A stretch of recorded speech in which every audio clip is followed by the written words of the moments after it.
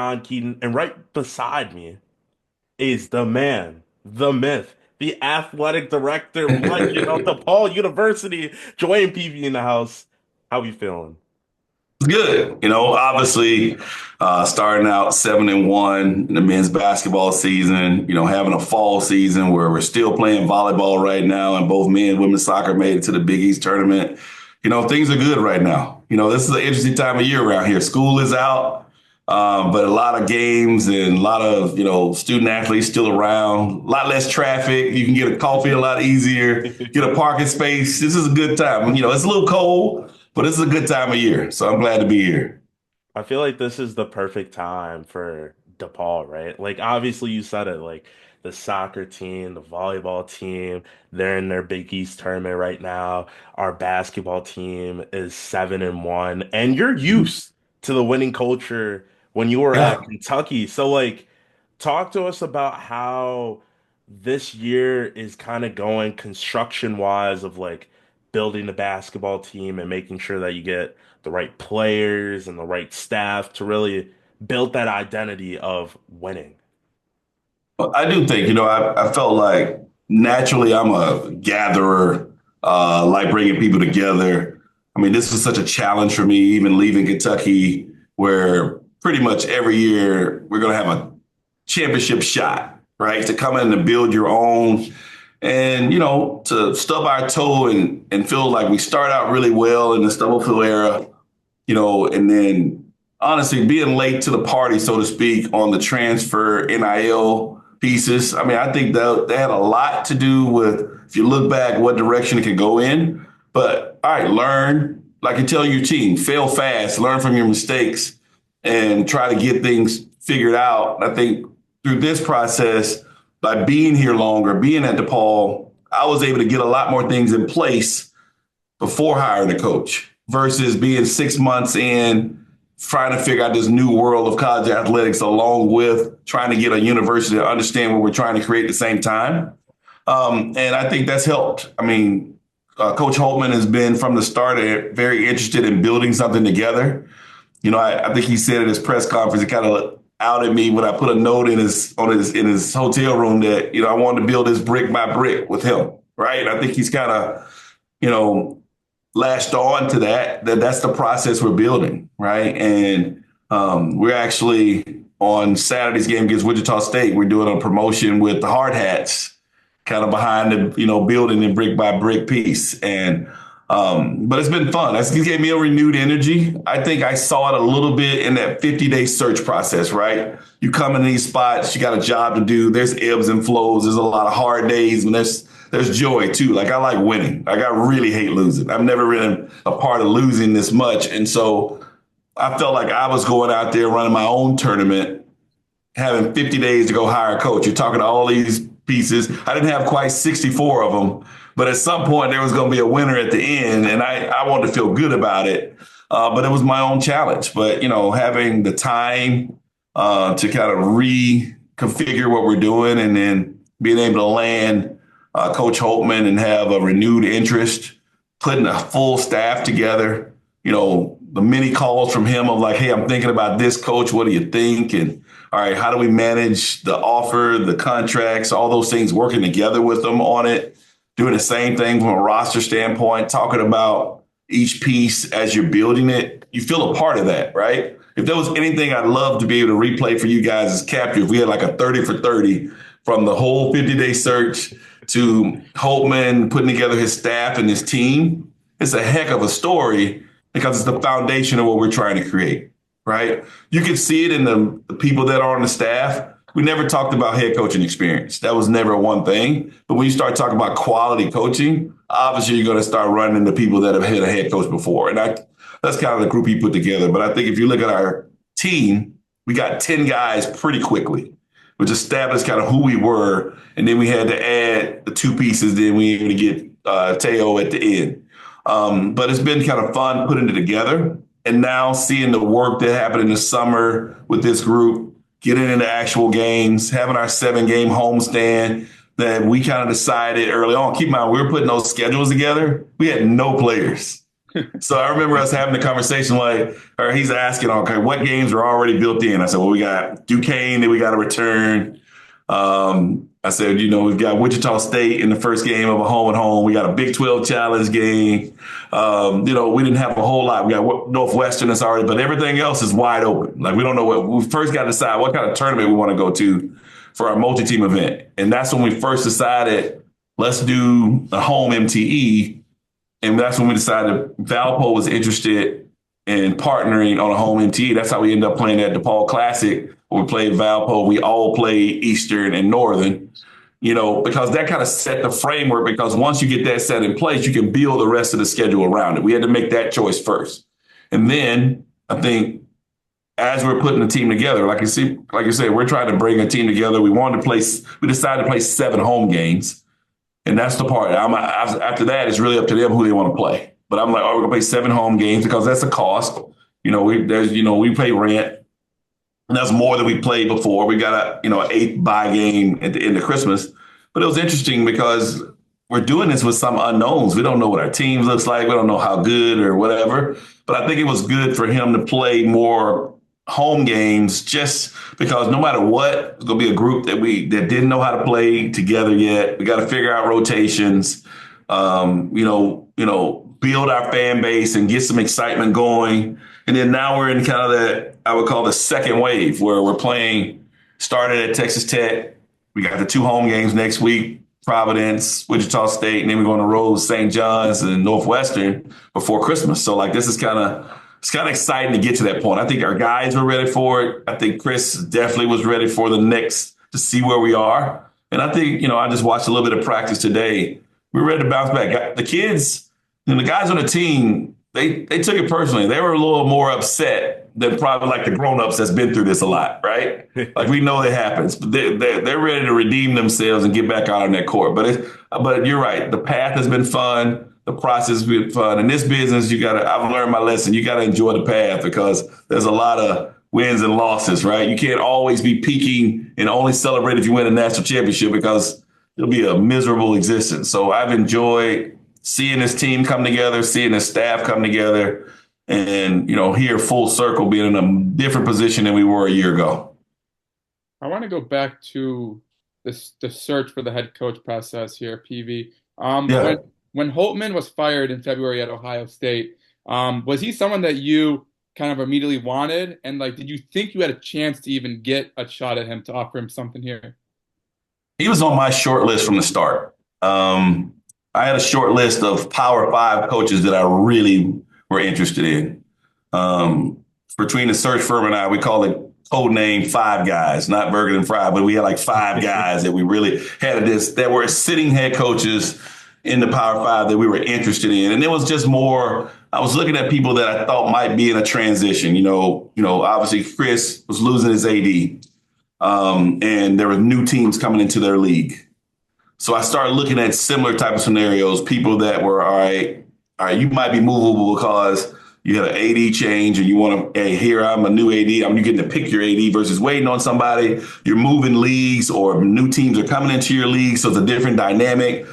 It made a lot of people more look at, well, there's going to be some level of transition anyway. So let me see if I can pick my own spot. I think the other things were trying to target coaches where the Big East mattered, right? I want to be at a basketball school. I want to be at the top of the food chain. I may be underserved, not get enough attention. My NIL is lacking because of football in my current spot. So I kind of signaled that with that higher level group.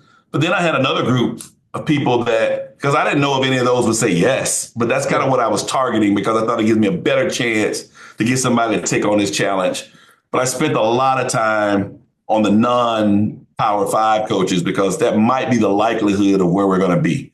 So how do you chop that up and decipher them to make sure you're getting the right person for this spot? So obviously I was looking at coaches that were extremely successful at their level, winning their leagues, maybe going to tournaments, talk to a lot of agents. That was the good thing about being at Kentucky for 12 years. You get to know a lot of coaching agents, a lot of people.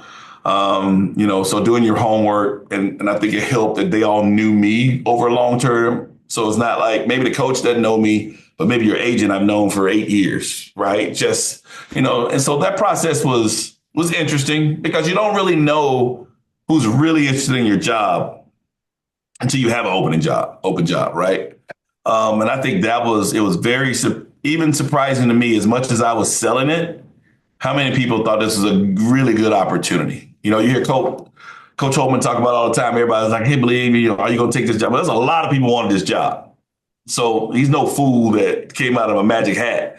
A lot of people wanted the job because they saw the opportunity. One, you're coming in and yeah, you have expectations, but you're creating the expectations with us, right? You're not coming in where we don't understand it's going to be a process. There's not an opportunity to growth. We're trying to build from a budget standpoint. We're building from NIL. We're going to support you with a staff that can help you get the job done. And we're trying to build this basketball practice facility. So you're coming in right at the foundation of helping us build it. And I think that was attractive to a lot of people. And the Big East is an attractive spot. In this new day and age, being at a basketball school, everybody's, everybody can't say that. I talked to John Calipari quite a bit, just about the dynamics of what's important, because truth be told, I haven't been in that level for 4 or 5 years. Like, did anything change? Is anything as important, at that level? And then, obviously being able to get a sense of who he knew out there in the world of coaches and what you know about some of these guys, like who's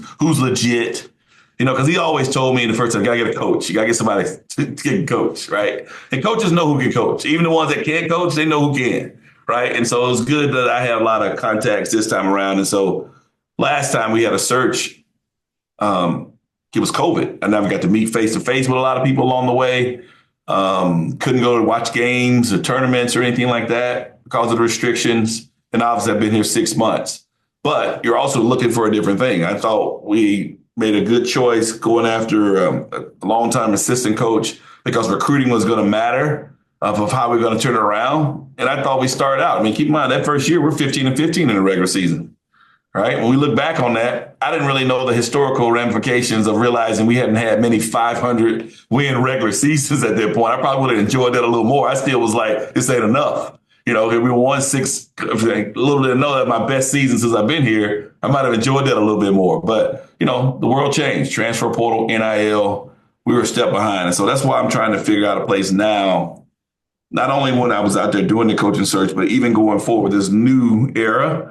We got to be ahead of the curve, not waiting and reacting and being behind again, right? And so we have something to lose now. And so, but during that search process with Coach Holtman, like I identified him early on as somebody I was interested in. But there was just a question, was to be interested in this job, this transition. And, obviously when he got let go at Ohio State, I didn't talk to him right away after that. I actually sent word to his agent like, hey, his agent, we've known each other for quite some time. I told Brett, my interest has not wavered. So just know I'm still interested in Chris because some people get on these things where I don't want a coach that's got let go. Like I could care less. I wanted him to know that, but I also want to give him his space because at that point I knew it was fair game for me to go talk to him and visit with him. I didn't jump in there. I wanted to be respectful. And actually, I don't think I talked to him until maybe a week after that. After he got let go, but I wanted word to know, like, hey, I'm going to give him his time and his space. But hey, I'm interested, right? But it allowed me to spend some time traveling and talking to some other people, and then I could come back to the Chris thing once I returned after that. And then it kind of got heavy because him being available made it a lot more feasible to have a lot more meaningful conversations versus waiting until his season end, right? And so. I didn't know he was going to do it. I felt pretty good about it. The first time I don't even know if he knows this, but because he was from Lexington and I was in Lexington so much, I watched a lot of his early years at Ohio State I was overseeing basketball at Kentucky. So even before I was in the AD chair, you always got to have a short list of like it's an oh shit list. Right. Like, because your coach, it might not be you fire somebody, he might leave. Right. And especially with John Calipari being courted by the NBA every year, I always had to be thinking about some options. And so I had been watching him. So I knew about his offense and I knew a lot about him. So I wasn't going into that cold. So, Big East, you said it yourself. It's one of the best basketball conferences in the world. And Rick Pitino recently said that the Big East should expand to 20 schools. And you kind of see that now with the SEC, with Hmm. football and how they want to expand and how that's going to be a big ramification for like the college football playoffs and everything of that nature. So, what do you see for the future of the Big East in regards to expanding? I think for us, we're going to be, I say if I had to describe it perfectly from a Big East standpoint, we're going to be aggressive, whatever, based on our own timetable. I don't think we need to expand just to expand, but we can. I think there's an appetite to join our league, especially other basketball schools from that matter. But like, there's a lot that could fall our way in this new era too, because a lot of people might not want to be in this new football world that's coming. Right? Every school's not ready to go full in rev share, spend $20 million a year on that.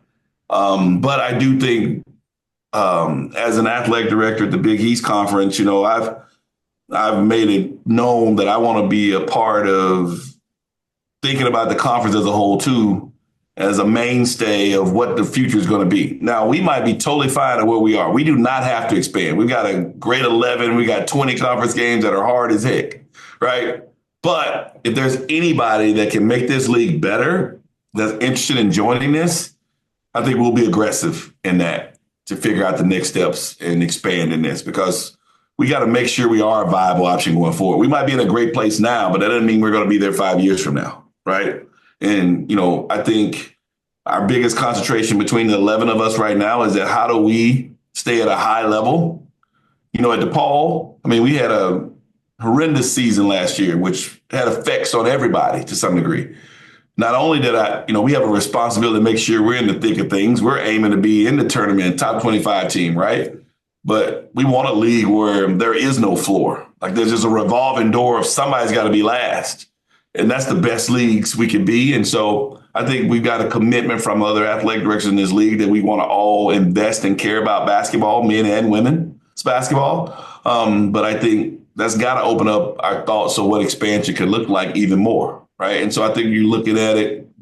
Commissioner Ackerman Val has done a great job with Vince along with their leadership and leading those conversations. I trust where our league is going in that, right? I'm putting all my eggs right now and concentrating on how I get to Paul. I got time to worry about anybody else right now. And the way I got to look at it, like I tell my president, and I tell President Rob, is that if somebody else is joining in, that's just one more person we got to jump, right? So let's assume anything's going to happen. We got to get busy. The time is now for us, right? We got to get butts in seats. We got to help us win home games. It's hard to play neutral site games at home and go on the road in these hostile environments. We saw it Tuesday night. We need those kind of crowds at Wintrust, right? And we got to help our team get over the hump. We're going to have some close games. You're going to see we're going to be in ball games. How can you help us get over the hump? And you guys have been there before. There's a big difference for 2,000, 3,000, even 5,000. Right, that place can get rocking really fast, and so we know that's the step. And then as we have continued success, we can start talking about 10,000 every night. I get it, but I'm a little spoiled from that. I had to get my folks to bring up some data so I can see like how it's grown because I'm ready for that lower bowl to be full like tomorrow.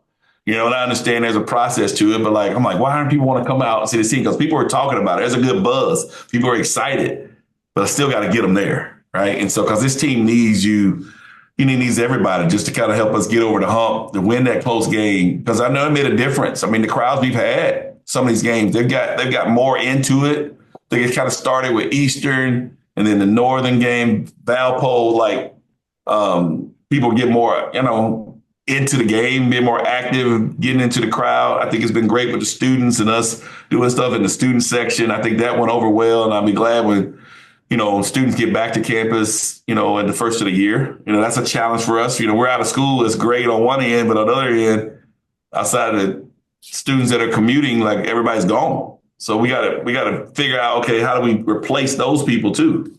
But it's good. I think things are good. But I do think from an expansion standpoint, we're a player, right? We don't have to do anything. We're good at 11. but I'm not saying 20 is the number, but whether it's 12, 14, or 16, we got the right people in place that are ready to help us make those decisions. And, we're not stuck at 11. We can move if we need to. And then DePaul, before yeah, you you can ask go. your question, Joey, because our timer left is 6 minutes and 33 seconds. So I just wanted to let you know. Okay. You got the new practice facility in the works. I guess just what's the latest progress on that, and kind of when do you expect kind of break ground on everything if all goes well? We hope to break ground into June, and could be in a new facility in the fall of 26 at the earliest. My birthday is June 15th. So I've told all these general contractors that are bidding on the services, like, we need to break ground on my birthday. It needs to be like a birthday present, right? If we can get that done and walk into a new facility in the fall of 26, that would be awesome for everything involved, for our program standpoint, to show our investment from not just this athletic department, but this community, this campus, that we're serious about our growth in athletics and men and women's basketball.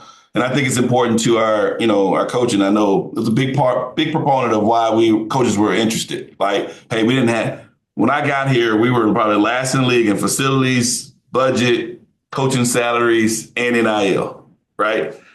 And now we're trying to say we're going to be in the top half of the league to be competitive in that. That means we got to catch up in the facility piece too. We can't leave that one off. And so I think phase one was great to get us started. But getting a dedicated practice facility, Seton Hall opens theirs in January. Us and St. John's are the only ones that don't have one. They have a plan in place by the spring of 27. We better beat them by the spring of 26. So that's the goal. And then a couple more questions for you. So NIL, as we know, it's ginormous nowadays. So NIL in college sports is also changing rapidly. So what changes do you see happening in the next year or two when it comes to NIL? I think the biggest thing is the NIL shift to the rev share. So it's still the same thing from some sense that it's compensation for student athletes, but we need to be a player in that. I think it's a good thing for DePaul in the Big East, especially with the rev share model, because there's a max number and we don't have football to feed in that, right? If I've got $10 million a year in NIL, it can go primarily to men's basketball if we wanted to. Where if you're at another school at a Power 4 or 5 conference, well, it's what's left after football. So that's an advantage for us. So how do we take this new era of the Big East to be an advantage for us? We got a new Fox deal that starts in the summer. Those are new revenue streams.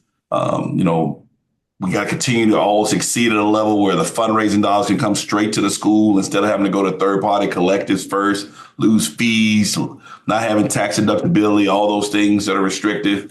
I think it's a plus for us. And so now, obviously, this is a good time to be successful, and people want to help donate to whether it's a practice facility, operating, or NIL. But you got to be a viable option. You got to be some return on that investment, right? And so it's a good time for us. But, those dollars, we're going to be working on a new DePaul scholarship fund that allows the flexibility to go towards scholarship increasing, because all our sports can have more scholarships. We only going to have roster limits versus scholarship limits. So if, for instance, men's basketball, they have a roster limit of 15 instead of the scholarship limit right now is 13. So like 15 guys can be on scholarship. I don't think it'll be a big thing in basketball because you don't need 15 guys to play. You can still have walk-ons, but that's different in these other sports.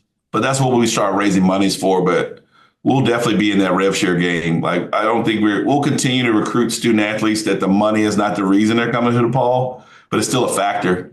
I mean, think about where you go to college. If you were getting any scholarship money versus no scholarship money, that's a difference, right? And so it's still going to be a factor of the compensation that you can receive on top of scholarship. And so we want this to be a viable place, and also be a place where if we have success, you can market yourself in the third largest media market in the country and have money on top of that too. I think that's going to be a big part of it, the experience here going forward as well. My last question here for you is: your son has had a heck of a high school season, one of the top high school receivers in Chicago. So I guess what was it like just to be on the opposite side of that college recruiting? That's the funny part. Like, I refrain from asking too many questions because I probably know too many things to ask. But it is fun. And that was one of the underlying things of coming to DePaul. My son chose DePaul College Prep not for football. He wasn't even a football player when he came here. He was a baseball, basketball player, right? He played football in seventh grade for Chad Pennington, but didn't play at all in eighth grade, but wasn't thinking about a school for football. Fortunately for him, decided to play freshman football, grew 10 inches from 5 feet to 5'10. Now he's 6 foot and played wide receiver for the first time in his life, right?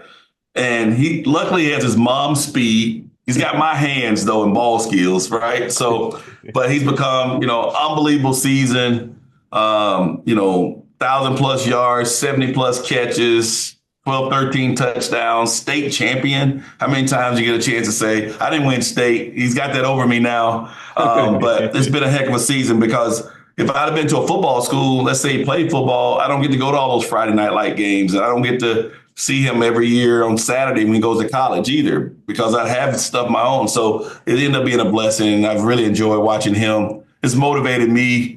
I did a much better job getting all his stuff and enjoying the parent side of it than the AD side and missing a lot of those games. I made sure, and what a year to do that when they ended up going all the way to the state championship. And I can say that I went to all the games.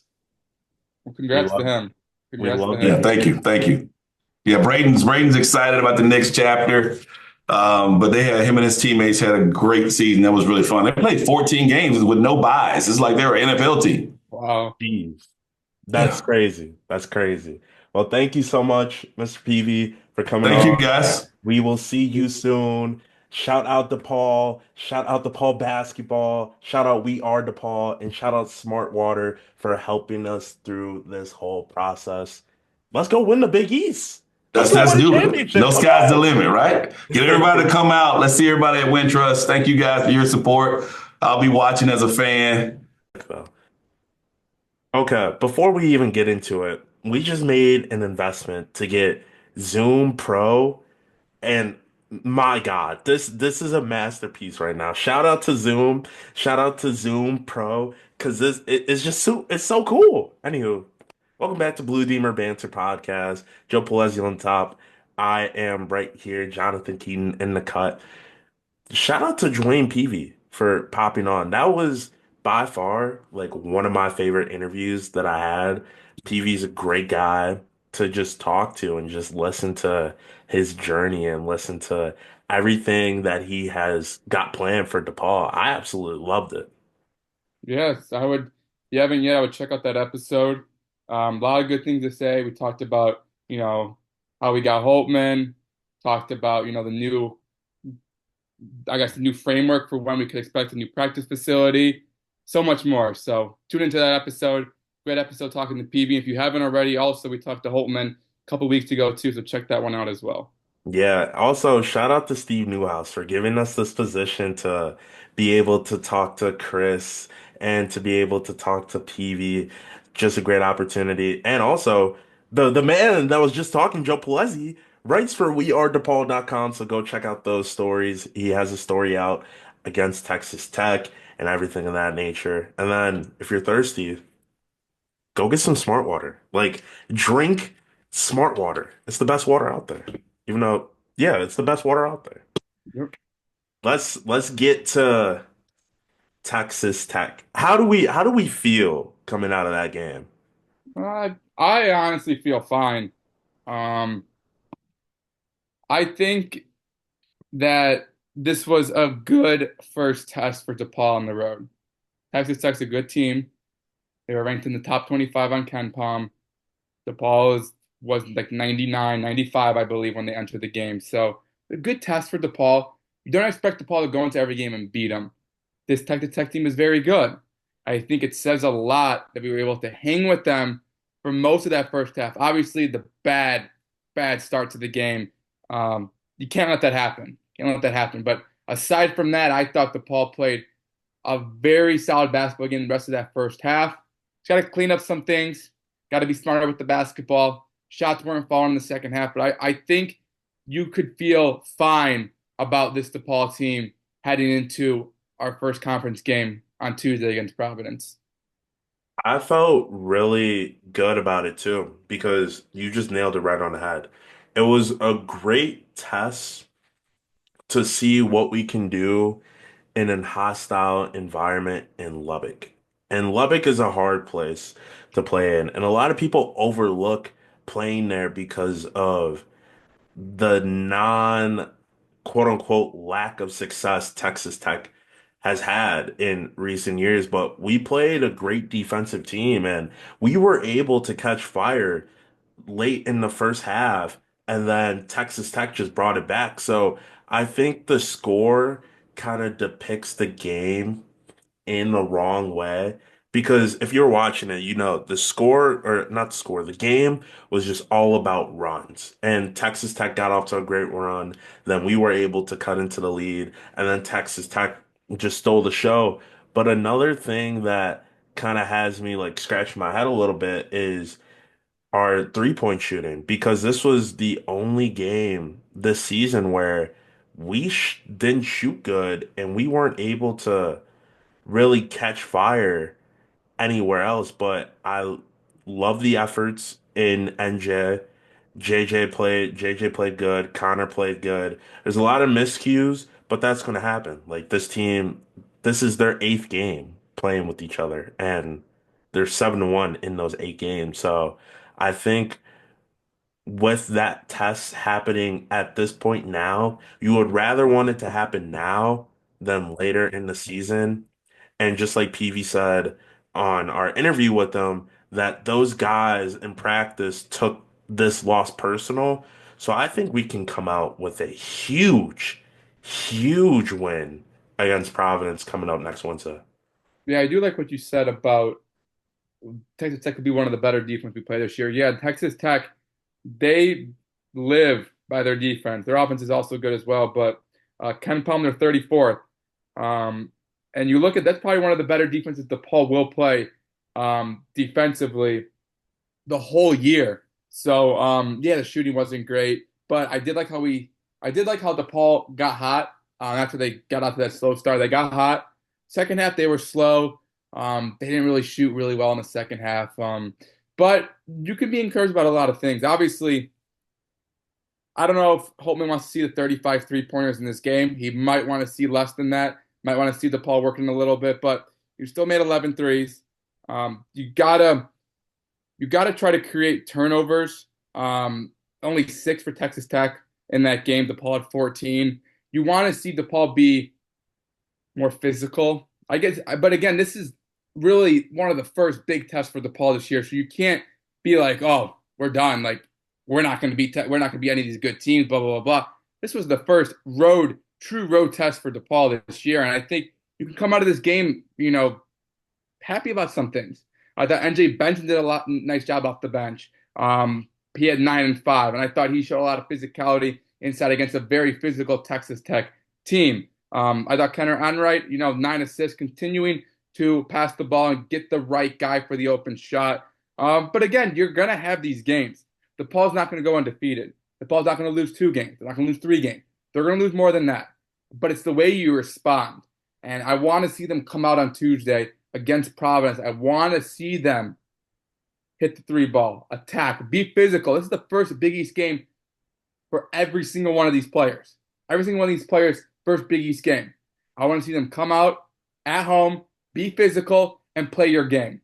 That's what I want to see from them. And, I'm confident that they'll be able to come out and Holtman will get these guys right for their first Big East game. And I'm confident within that too. And going off tangent a little bit where Creighton, they hosted #1 Kansas at home the other day. And the last time they beat a top 5 team at home was last year against UConn. When you have that home advantage, it just gives you so much opportunities to be successful. But not only that, coming off a loss and being able to come back home and play a team like Providence, it's just going to give you a lot of juice. And I feel like we're going to come off strong and we're going to be able to hit those shots right away. But one thing that I really want to see is us to become balanced, us to become a team that can attack the paint, that can shoot the three, that can shoot mid ranges, that can cause turnovers, that can score transition baskets off of turnovers. Like those are the types of things that I want to see going forward because the the road is only going to get tougher. Like when we play St. John, we're going to have to go against Kadari Richmond Mhm. and that crew. Seton Hall, we're going to have to play more gritty defenders. Creighton, we're going to have to play in Kalkbrenner and the way that they can shoot and turn those possessions into offensive threes. So when you see something like you did in the first half and the second half from DePaul, does it kind of alarm you a little bit? But at the same time, is it more of a we're not going to win any more games? Like that was it? No. Like I think with everything that we have seen so far with the sample size, I really think we can finish fifth or sixth in the Big East. And that's huge for DePaul. Yeah, I think there's a lot to take away from that Texas Tech game. But as a DePaul fan, you gotta be encouraged. They were in that first half. They were down by 1.5.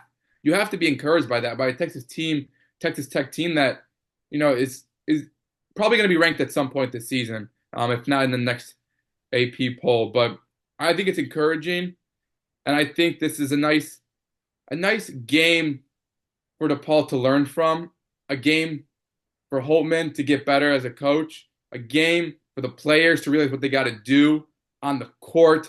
I just think all that sets DePaul up well for the stretch run, which and Peevy said in his interview that this is where the second wave of tough games. They just played Texas Tech. They got Providence coming up, Wichita State, St. John's, Northwestern. So you got a lot of games upcoming here that you really, really have to lock in on. And I had DePaul only losing two during the stretch run, to Texas Tech and to St. John's. So I want to see them lock in here against Providence, and I'm just curious on what this line is going to be against Providence here on Tuesday. What are your thoughts on the line? DePaul at home, Providence 6-3. They're 77th on Ken Palm. DePaul 98th. What do you think the line is going to be? I think the line is going to be somewhere between 6.5 and 8.5, just because like a lot of people are going to start to see that we're quote unquote one dimensional. And Mhm. if you stop us in the three department, then you're going to be able to just stop us as a whole. So I wouldn't be surprised if that line is more leaning towards 8.5. What do you think it should be now? I think it should be, I think it should be 4.5. And the reason I say that is because we showed that we can compete against a very, very elite defense in Texas Tech in the first half, and then it just kind of got away from us. So I feel like if people were able to look at the things that DePaul does well, like we did before, and us just dominating who we were supposed to dominate and scoring wise, that I feel like 5.5 fits perfect for us at this time right now. Not too bad, but not too small at the same time. Yeah, for Tuesday's game, we got to stop Bryce Hopkins. And we were talking a little bit about this before we were talking about it on here, but Bryce Hopkins is back now. Played against BYU, his first game, 16 points, IVC, 2022, 2023, all Big East teams. So good player, and we're gonna need someone to step up and lock him down. I know you like Leighton Blocker on him, and I think that's gonna be a good matchup. And you're gonna have to limit him. You're gonna have to allow him to take tough shots. You're gonna have to help on him. He's an excellent ball player, and I want to get your thoughts on just the way that you would kind of defend him and the way that you would kind of limit him in this game. I would turn Bryce into a shooter. And the reason I say that is because he is where he's most effective is that left block kind of restricted area type of shots where it's floaters or just posting up. If we're able to take away the post from Bryce Hopkins, then it's going to be a very good department to live in because if he's not going to be able to operate in the post, or I'll say like this, like if we take him out of the post area, One is going to turn him into a shooter. And if he's not able to shoot, then it minimizes him from being effective in Providence's game plan.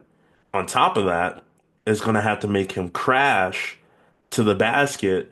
And if we're able to block out, and that's why I like Layton on him, because Layton is a little bit more athletic than most of our guys, and his hustle is outstanding. If he's able to beat him to the basket every time a Providence miss goes up, then we're going to be straight. And that's the approach that I would take just because you're leaving out someone who's predominantly good in the post. So when you take him out and turn him into a shooter that can't be a shooter, then you're living in the department of your personnel because then it allows you to do a lot of cool things with it where you can play a zone and you can really play like these, yeah, you can really play a zone and be able to minimize one of their best players from scoring the basketball. So that's how I would really go about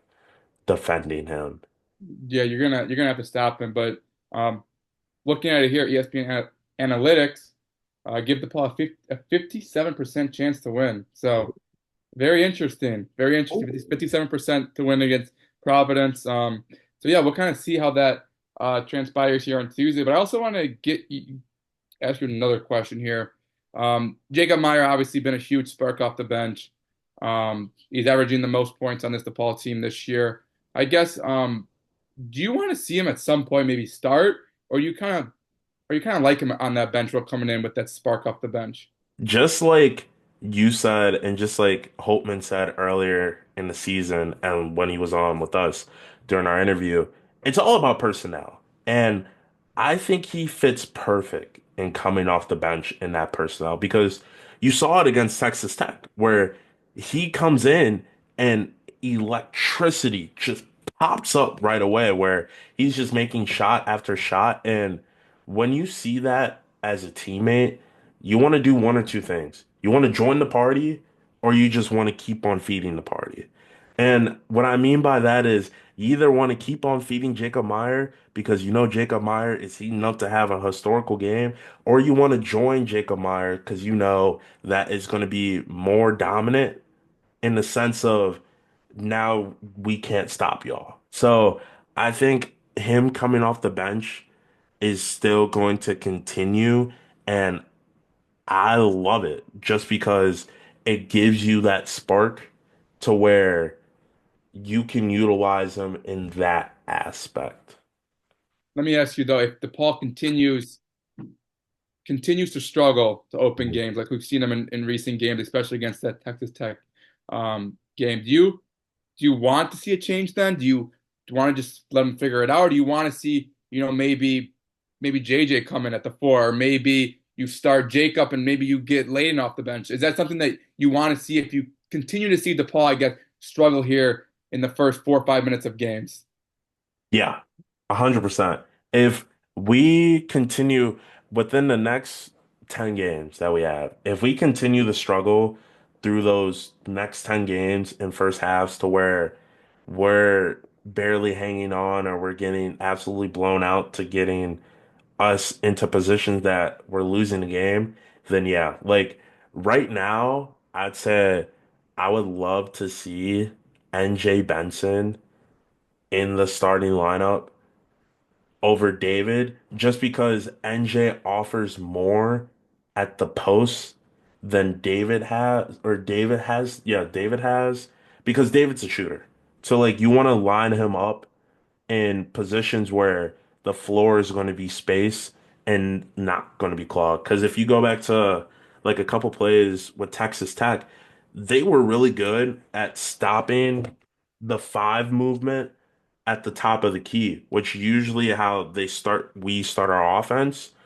They were able to minimize that and hedge over that little handoff that David does and we were in shambles. So like when you have someone that can roll to the basket like NJ and be physical and probably get a couple free throws out of it, that would be nice to see. Or like Jacob with the shot creating skills. So if we keep on struggling, I would like to see a change, but for right now, I think we're great because this is all our first loss of the season. Yeah, um, I think the starting lineup for now should be fine. I guess you kind of reevaluate if you keep getting out to those slow starts. Obviously, Texas Tech, DePaul probably just wasn't ready for Texas Tech to come out like that.